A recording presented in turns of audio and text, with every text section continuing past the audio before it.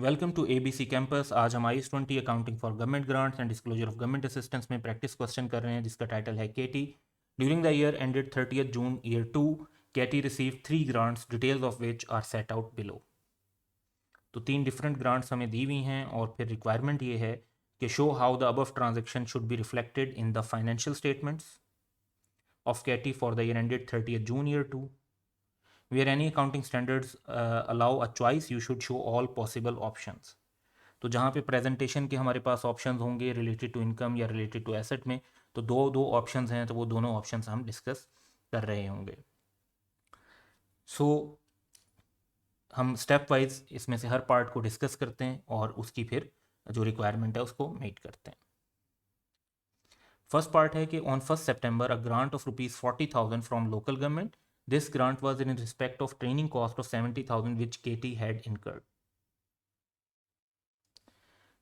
सो ये ग्रांट क्योंकि ऑलरेडी हमारी कॉस्ट इनकर हो चुकी है, तो ये ग्रांट इमीडिएटली प्रॉफिट और लॉस में रिकग्नाइज होगी as it relates to expenditure already incurred.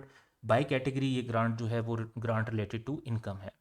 अब इसके दो प्रेजेंटेशन के ऑप्शन हैं। एक ऑप्शन ये है कि हम ट्रेनिंग कॉस्ट का एक्सपेंस 70,000 का अलग से रिकॉर्ड करें और ग्रांट इनकम को 40,000 से रिकॉर्ड करें। दूसरा ऑप्शन ये है कि ट्रेनिंग कॉस्ट के एक्सपेंस को नेट 30,000 पर शो कर दें। In my personal opinion second option would be better, क्योंकि स्पेसिफिकली ग्रांट ट्रेनिंग कॉस्ट से रिलेटेड मिल रही है, तो ट्रेनिंग कॉस्ट के एक्सपेंस को नेट करके शो करना चाहिए। पार्ट 2 है कि on 1 November KT bought a machine for ₹350,000। A grant of ₹100,000 was receive from central government in respect of this purchase. तो आपका जो एसेट है वो 350,000 का है, ग्रांट 100,000 की है। Machine which has a residual value of 50,000 is depreciated on straight line basis over it's useful life of 5 years।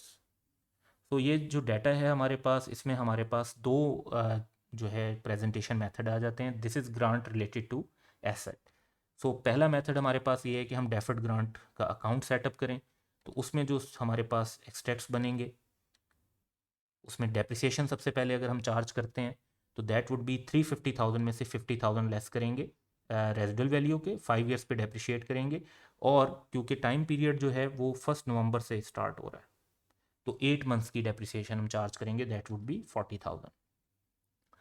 इसके बाद हम अगर एसेट को रिफ्लेक्ट करते हैं तो एसेट हमारा 350,000 का है, जिसमें से 40,000 की डेप्रिसिएशन लेस कर दें तो दैट वुड बी 310,000।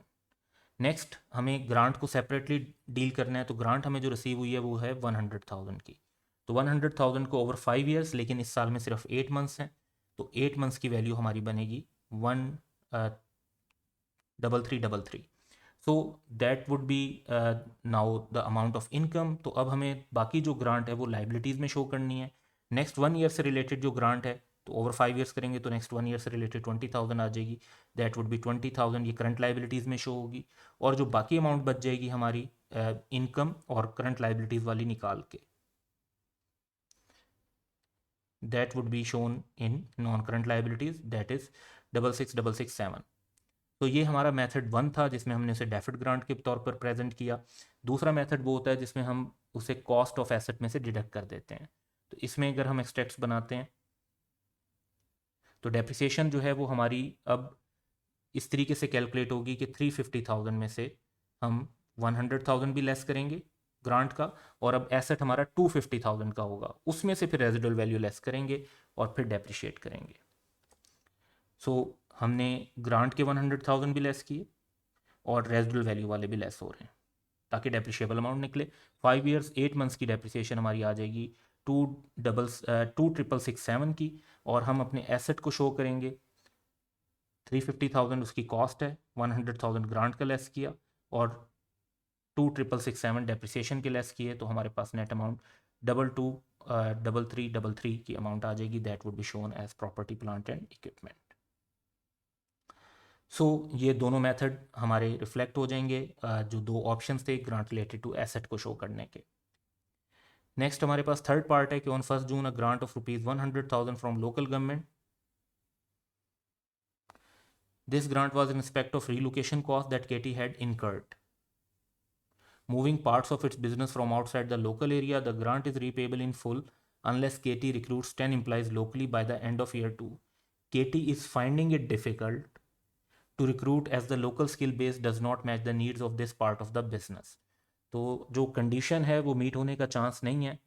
तो इस पर हम डिस्कशन कर लेते हैं कि ₹100,000 जो रिसीव हुए हैं, it has condition attach to it, और तब तक रिकग्नाइज नहीं कर सकते जब तक रीज़नेबल एश्योरेंस ना हो कि एंटिटी जो है वो इन कंडीशंस को मीट कर लेगी और ग्रांट रिसीव हो जाएगी। एक्चुअली बेशक ग्रांट रिसीव हो चुकी है, तो वो तो पॉइंट कवर हो रहा है, लेकिन रीज़नेबल एश्योरेंस नहीं है, क्योंकि Katie is struggling to recruit and there is only 1 month left for recruitment to meet these conditions, then it does not seem that there is reasonable assurance, क्योंकि ये 1 जून को ग्रांट रिसीव हो रही है।